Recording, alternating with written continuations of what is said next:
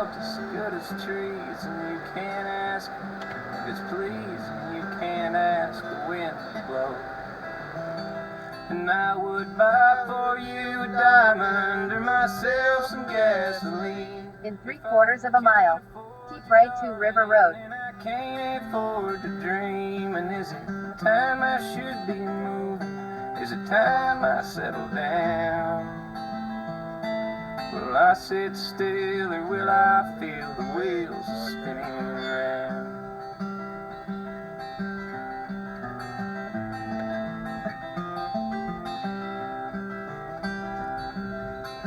Well, I ain't the bride.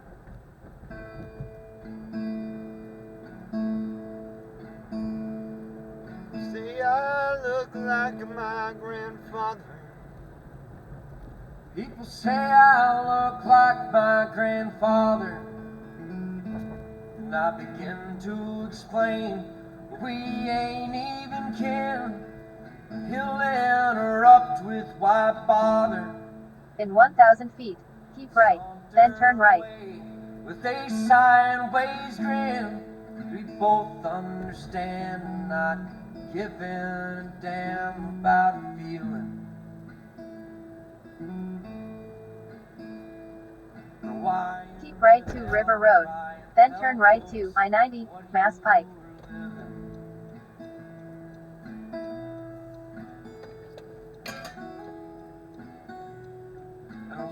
Turn right to I-90, Mass Pike. Then use the right 2 lanes to keep right to I-90 West, Mass Pike, Worcester, Albany, New York. You're too old to be in this condition. You're too young for the Lord to take in.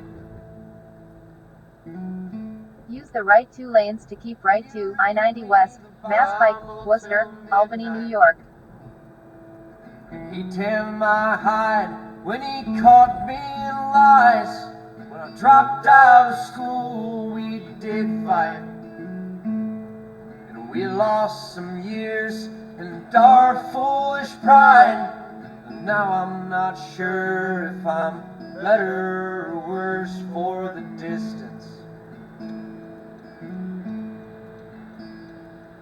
We're not concerned, 'cause there's nothing to learn from resentment.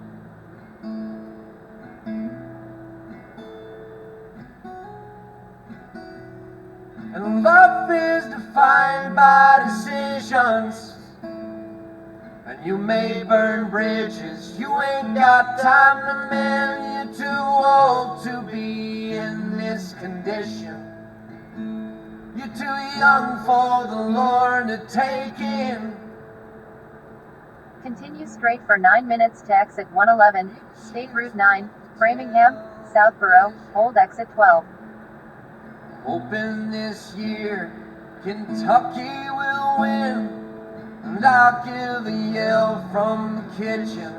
And I'll wear it with pride that I'm close to him. And I count the days and watch as the haze fills itself. So you can use meaning as a guide to proper being, but you have to also be very careful to conduct yourself honestly if you're going to do that, because if you conduct yourself dishonestly, then you pathologize the mechanisms that orient you. So I'm thinking about in my own life how I've tried to apply some of these insights. If I just try to be a little bit better today than I was yesterday, along the lines that you're speaking to, try to create that symphony, but be a little better at it today than yesterday. And like everybody watching right now, not compare myself to somebody else, but rather to compare myself to the future version of me. Is that a rational way? That's rule 4, right? That's rule 4. Compare yourself to who you were yesterday, not to who someone else is today. Well, it's not only appropriate, but I think it's also practical. And one of the things about what I do, including my book, is that I'm always trying to take high-level abstract truths, fundamental truths, and to make them concrete and practical so that you can implement them in your day-to-day life. Because it's the connection between those abstractions and practical action that really cements their meaning and makes them comprehensible. And this idea of incremental improvement is a great one. You know, if there are things about your life that are bothering you, things about the world that are bothering you, then you want to decompose them into solvable sub-problems. And you do this, if you have a child, this is the sort of thing that you do naturally, right? Because you want to set your child a challenge that's sufficiently challenging to push them forward in their development, So that makes it meaningful for the child. That puts them in the zone of proximal development, which is where proper maturation takes place. They'll find.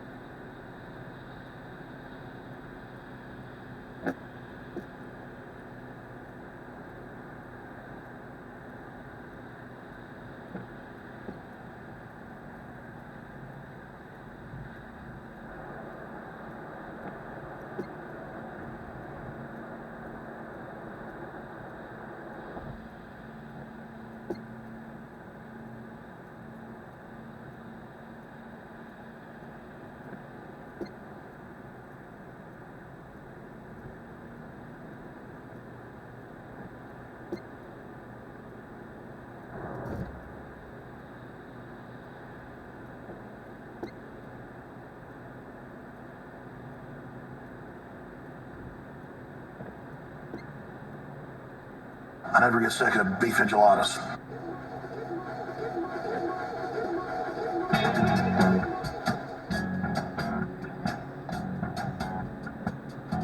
The last thing they will think is that I was intelligent. Little do they know I got documents. I just play dumb. That's how I get my information. I just play dumb. That's how I get my information. That's how I find out who you truly are.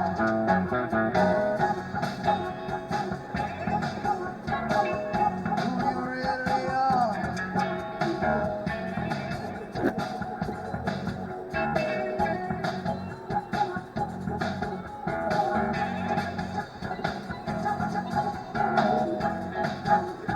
I just play dumb. That's how I get my information. I just play dumb. I'm just playing dumb. They thinking I'm joking, I'm really saying something. They thinking it's simple, I'm really complex. So really you're taking me out of context. Yeah, you know, well enough. Cause really I don't give it to you slow enough. I speed it up to try and throw you off. And by the look at your face, that's how I know you're lost. So see the glass is half empty. I don't even see the glass no more. I'm about the future, I don't focus on the past no more. I used to love.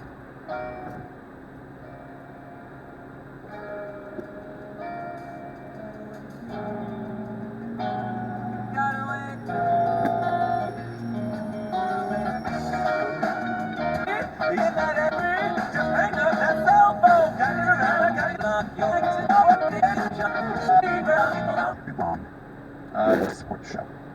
I'm HK Perrin. You can find me on Twitter at HK Perrin, and you can find an adjacent account at I Have Twitten. The end. What kind of stuff do you twitten? Well, it may or may not be me Oh, running that account. it's just But I usually see that account insulting the president, insulting people who agree with the president. It's mostly just a lot of insults. very good. That's exactly sort of, so it could almost be the intellectual Dollar Tree's Twitter. Yeah. Because it's mostly just insults around here. We've entered the marketplace of ideas in bad faith, and we're going to take your favorite public intellectuals out of context in a really unfair way this evening. And I had no idea this existed, but here's a documentary. It's about the intellectual dark web, and I'm sorry.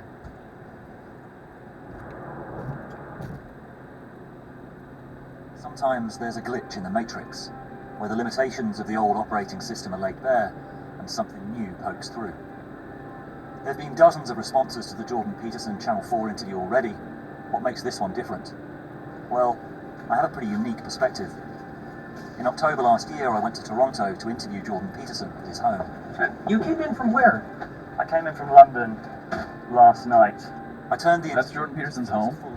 I expected it to be cleaner. Peterson's ideas. Clean your room, not my room, your room.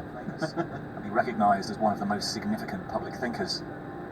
But I couldn't possibly have predicted how he'd break through to a mass audience. A few weeks later, Peterson did an interview with journalist Cathy Newman on Channel 4 News in the UK, a programme I worked on as a reporter and producer for 10 years. It was a sensation. Millions watched it online. Tens of thousands commented. An overwhelming majority felt Peterson had been unfairly represented. That's just Sam Harris. That's not really an overwhelming majority. Come on. Also, Sam Harris's his opinions don't really matter. And he's highly, let's say, sensitive to the notion that someone who he views to be part of his cohort might have been misrepresented, I think. Yeah. I think he's overly sensitive about a misrepresentation of public intellectuals. And in the weeks since, it hasn't stopped. Quote, public intellectuals. Peterson has been asked about it constantly on the most high-profile online shows.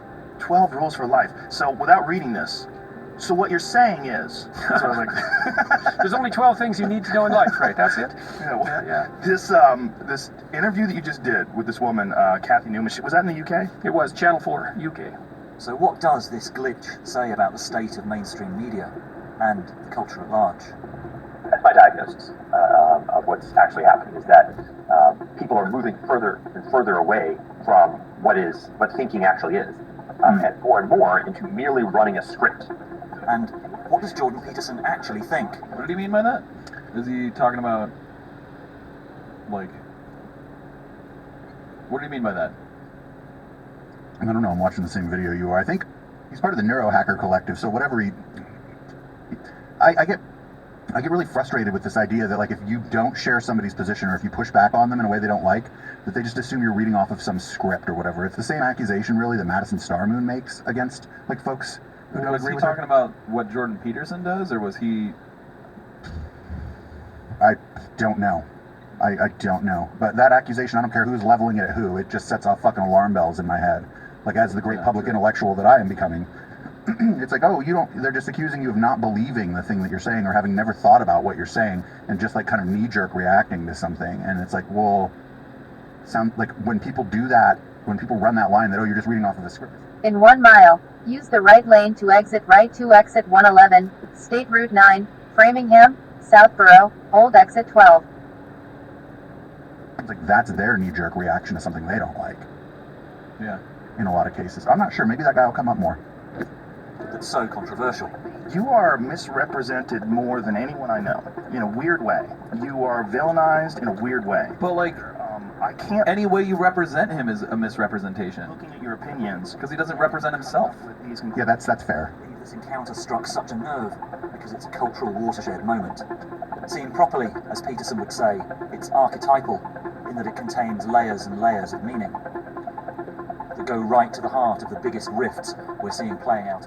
Exit right to exit 111, State Route 9, Framingham, Southborough, Old Exit 12. Culture. Over the next 50 minutes, I'm going to do my best to unpack it. From the clash between new and old media. This is also why YouTube is going to kill TV. Because television, by its nature, all of these narrow broadcast technologies, they rely on forcing the story. All the way down to the mythological and archetypal level.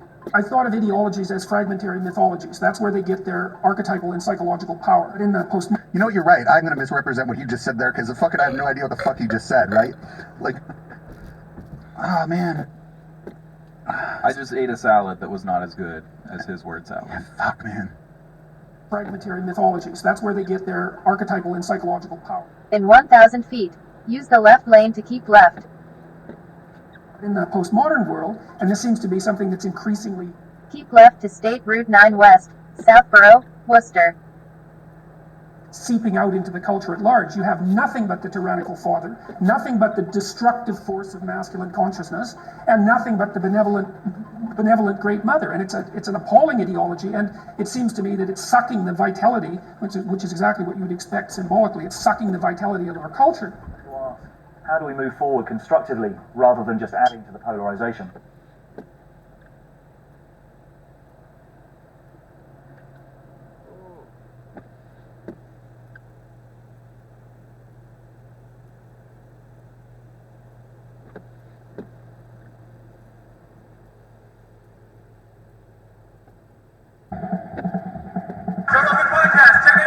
The Joe Rogan Experience. Drink by day, Joe Rogan Podcast by night, all day.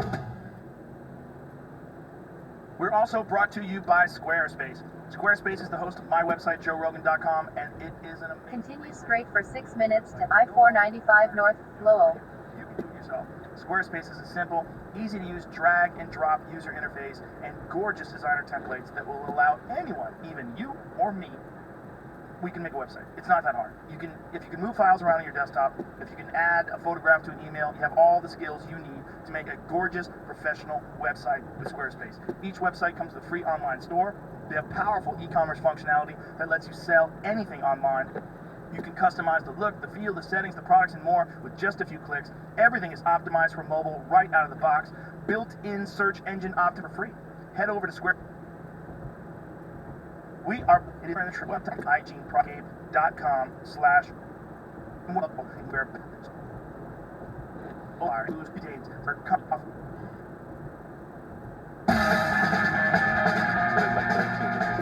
No, that's the Sacha Baron Cohen movie? Yeah. I never saw that one. Was a scene where he's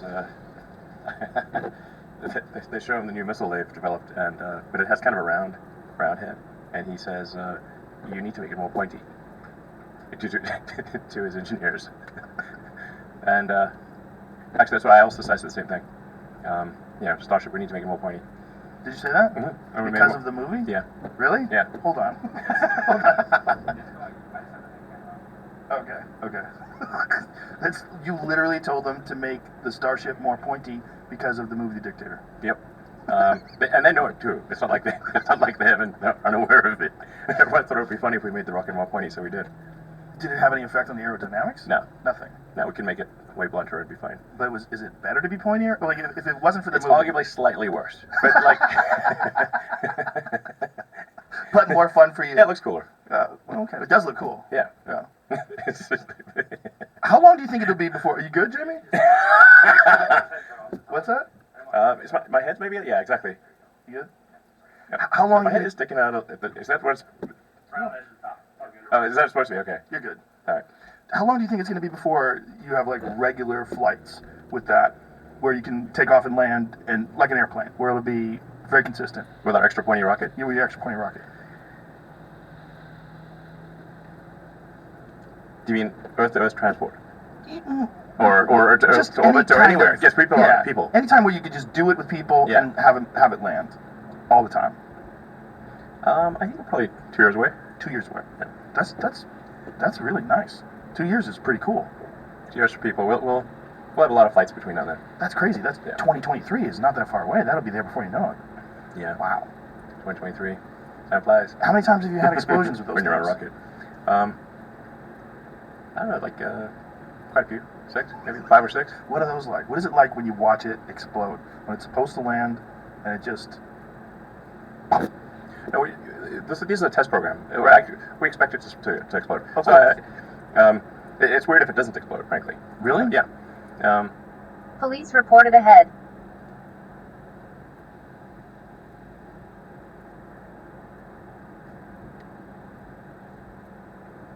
Because we're trying to develop advanced rockets at a high speed, and if you want to get payload to orbit, you have to run things close to the edge, and the whole rocket is evolving. The engines, the structure, avionics, the software, the ground systems are all evolving simultaneously. So, and the whole production system, which is actually harder than the rocket design by far. So the rocket and engine and avionics production system is, and the launch system is 1,000% harder than the initial design, like at least. Really? Yeah. So when same with cars, it's like 10,000%. And it's easy to do a car prototype. It's hard to do production. So when you're looking at, you're scaling towards the future, and you're looking at mistakes or corrections, improvements, and all these different things, that's how you come up with this figure of approximately 2 years. If current trends continue, if you plot the points on the curve of progress, then in 1 mile, use the right lane to exit right to I-495 North, Lowell.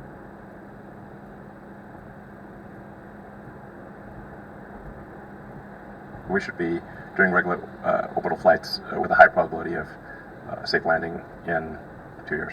So we're getting to orbit this year. Our goal is to get to orbit this year. So, and I'm not sure people totally understand. Like, Starship is the largest flying object ever made.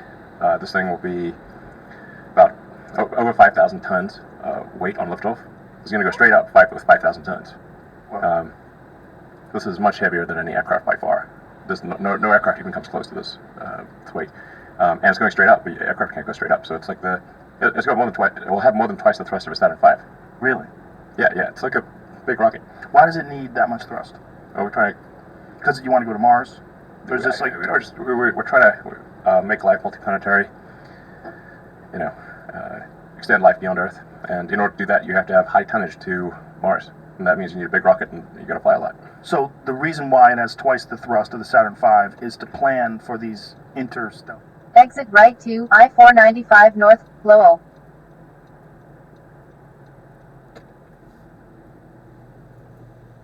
trips. Interplanetary. Interplanetary Yeah. trips. So when you're doing this and you're developing these systems, thinking about regular trips to other planets, but you're not just trying to get into orbit right now. You're trying to get into orbit with something that eventually could scale up.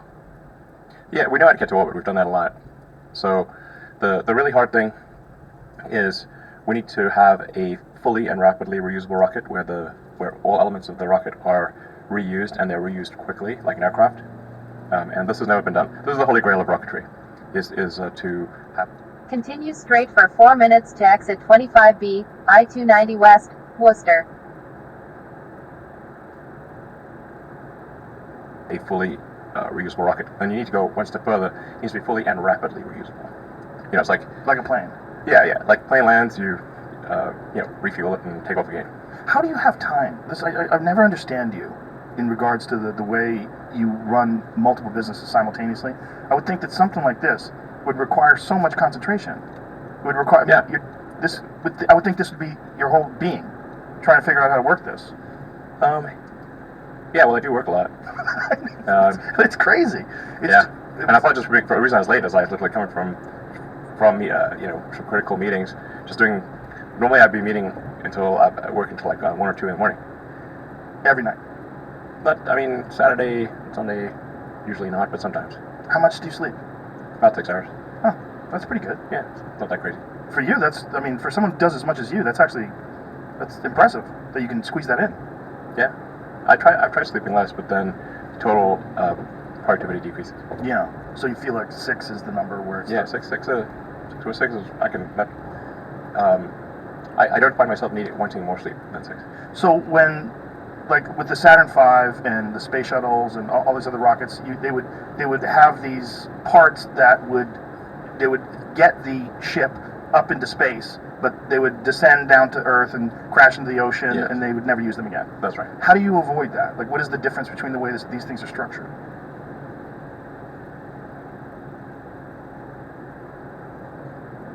Ryan, what do you care for?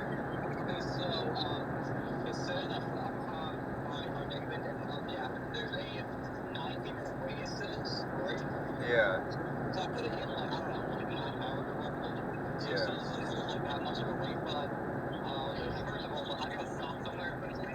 You got a what? Yeah. But then it's just that when you arrive there with all of your targets, with a unique limiting to like top speed, the code I got, and then being a pretty wavering. Yeah. But so it goes shorter than they say, because they always say that it's longer, and then it's never really that long. Yeah. Because they want you to think it's longer, so I think we should be okay. So yeah, it'll probably be perfect timings. Because it was like long as I thought. At first it said 60 minutes, and then I looked at my name and it said don't do it until you will be there, like when you can, and then now it's like longer. Yeah.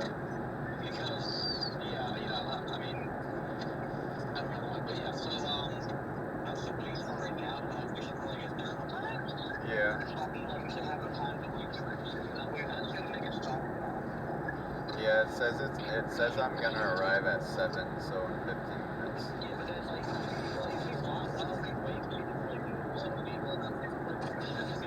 yeah, I'm fine with whatever.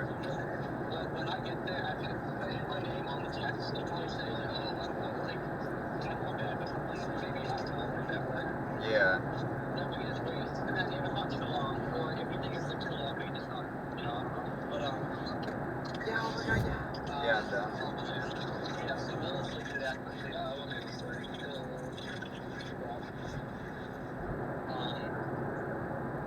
Yeah, so then when you go inside, I know there's like a mask for you to wear over your like cell phone and your wrist. A second one? Oh, I wouldn't be able to breathe with two. Okay, you can literally just walk in a third place. I'm kidding. Meaning in your house or at the walking in my house. Then Oh, in your house, that's fine. I thought you were talking about in the I thought you were talking about in the restaurant. Just walking in. Oh, in the house, that's completely fine. I don't mind. Yeah. Afterward.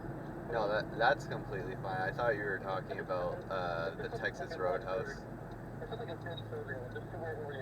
Yeah, I have multiple masks in my car. Yeah, that's fair. And then, hold on, sorry. Municipal Biden! We're gonna have to take a selfie to make everyone Billy. We're gonna take it as soon as we get there. And we need to post it on Facebook. We need to post it on everywhere. Your Snapchat, my Snapchat. We're gonna do it as soon as we get there. Yep. And then off. And then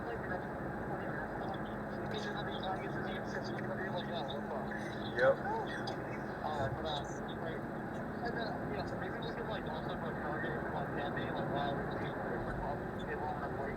Yeah, I'm down. Oh yeah.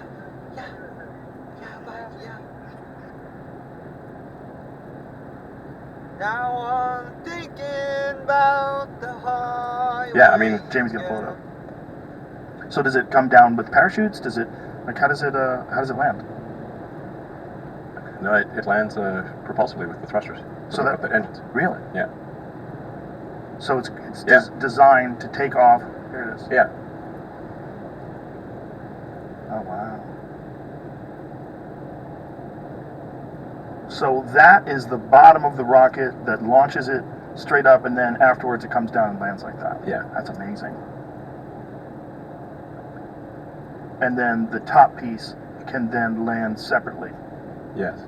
Well, in the case of Falcon 9, the upper stage burns up on reentry.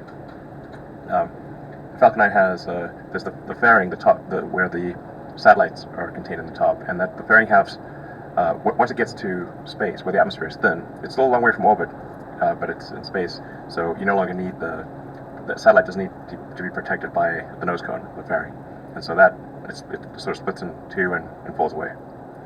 And then, so with Falcon 9, we recovered the fairing half. Hey Siri, where is Elon Musk from? Here's what I found from Wikipedia.org.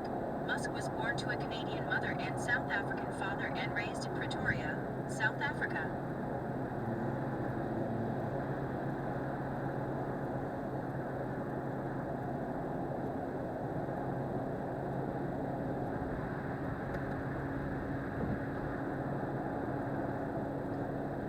And recover the booster, but we lose the upper stage. On purpose? Did you design it that way? Yes, but it's not really possible to. With Falcon 9, the architecture is like. If we made the upper stage reusable, our payload to orbit would be dramatically less. So, in order to have meaningful payload to orbit, scale is important. Like, you need to make things big. There is value to scale. For the famous, like for a truck, you wouldn't want like everything delivered by a small pickup truck. You want semi-trailers. You don't see you don't see ships in the ocean, cargo ships, coming along with one C-van with an outboard motor. Right. It's like a giant ship. Yeah. So scale has value in and of itself. Like the same computer that controls the big rocket controls the tiny rocket. So even just in terms of like the computer and like the electronics weight becomes vanishingly small in a big rocket, but it is significant in a small rocket. Do you think there'll ever be a time where there's an alternative source of propulsion outside of just a burning fuel? Like, is it possible that someone would develop a nuclear propulsion or some other method other than just burning large amounts of gasoline or rocket fuel? There's no way around Newton's third law, really. So you basically have to expel mass. Like when you get there's for a car that you could push against the ground. For an aircraft, you can react against the air. Or you can react against water. in vacuum, there is nothing. So the only way to move is to react against yourself, to essentially shoot out gas at very high velocity, and to transfer momentum from, to that gas that is going that way very rapidly. So you want to accelerate a small amount of mass very fast in order to have the large amount of mass, accelerate slowly. Because momentum is conserved. So, yeah. So we're stuck with gas. Yeah. Until some insane breakthrough dealing with gravity or something. something. It's not going to happen. Not in our lifetime? Not in our lifetime. No. Yeah. So ironically, everything will go electric except for rockets. It's just now you can make rockets indirectly electric by using electricity to create the fuel. So you can take CO2 and H2O and create methane and oxygen from that.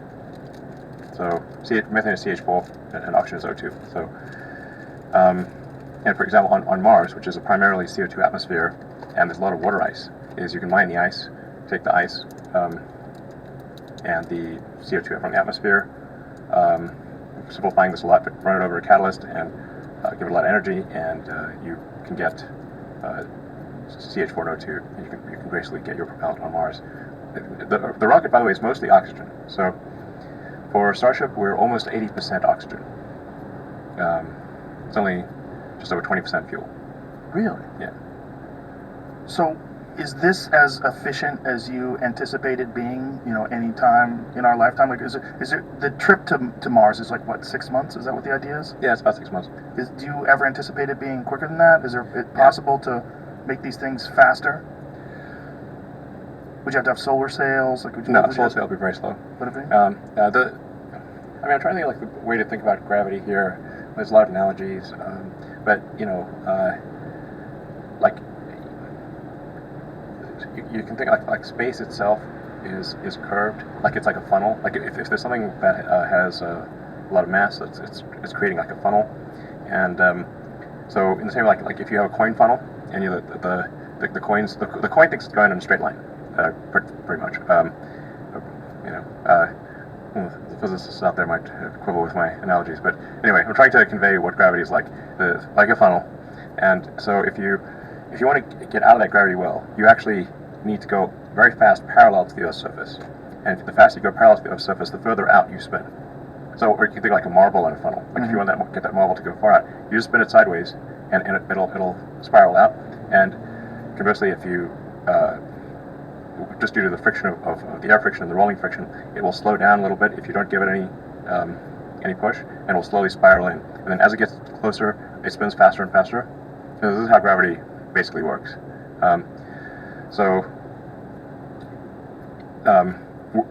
All the things in the solar system are spinning around this gigantic funnel in space-time called the sun. And we're like these tiny little dust motes going around the sun. And the further you are away from the sun, the slower you move around in terms of degrees per second. So like the orbit of Mars, which is further away from the sun, is about 2 years, and Earth's 1 year. Because Mars is about 50% further away from the Earth from the sun than the Earth is. So it's like Earth is at 1. In 1 mile, use the right lane to take exit 20, State Route 70, Lincoln Street, Burncoat Street. Then keep right. Astronomical unit of Mars is like 1.5-ish. Astronomical units. So we're about 8 light minutes away from the sun. Mars is about 12. And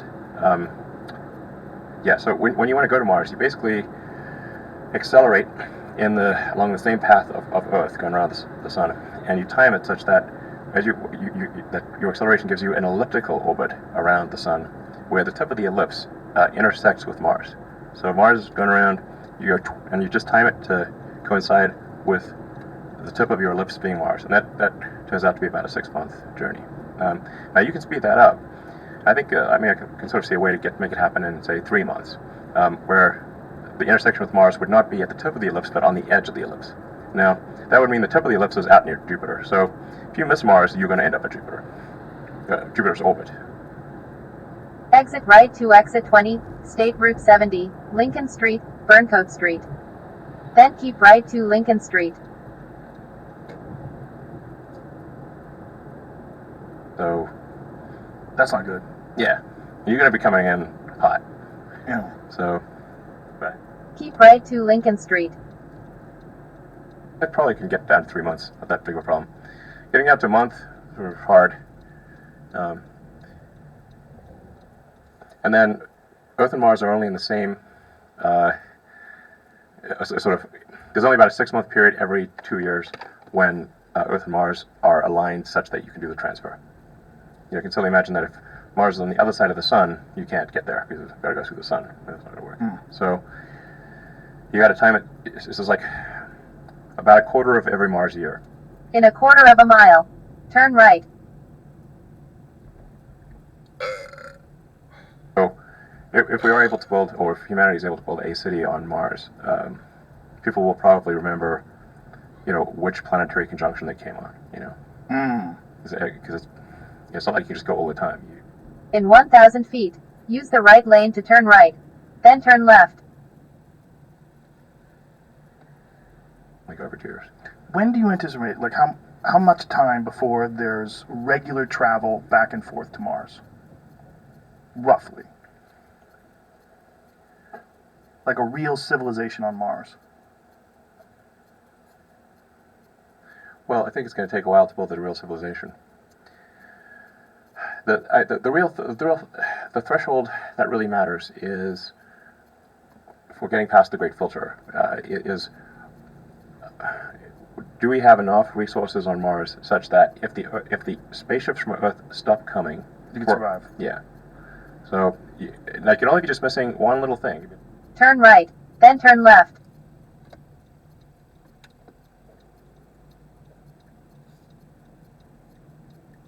Like, you're on a long sea voyage and the only thing you're missing is vitamin C.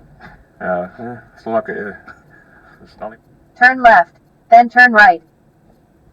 Time, Yeah. And there's going to be curtains. So, you got to have all the things necessary to sustain civilization on Mars. And the reason that the ships from Earth stop. Turn right, then turn right.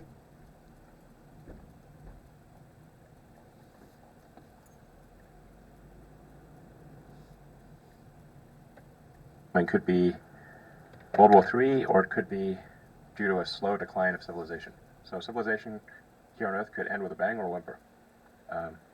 Or natural disasters. Yeah. Asteroid impacts. Yeah, that'd be up in the bang category. Yeah. But it could also be like a whole series of things. Like what killed the dinosaurs? Well, It wasn't just one thing. Right. There was like a whole bunch of things happened in a row, and while they could have taken any one of those things, they had like 3 things happen, and no dinosaurs. Which is kind of amazing that crocodiles are still here. Yeah. Those fuckers. Well, they're resilient. Crocodiles, they'll live on decayed meat. They love rotten meat, and so in any kind of disastrous situation,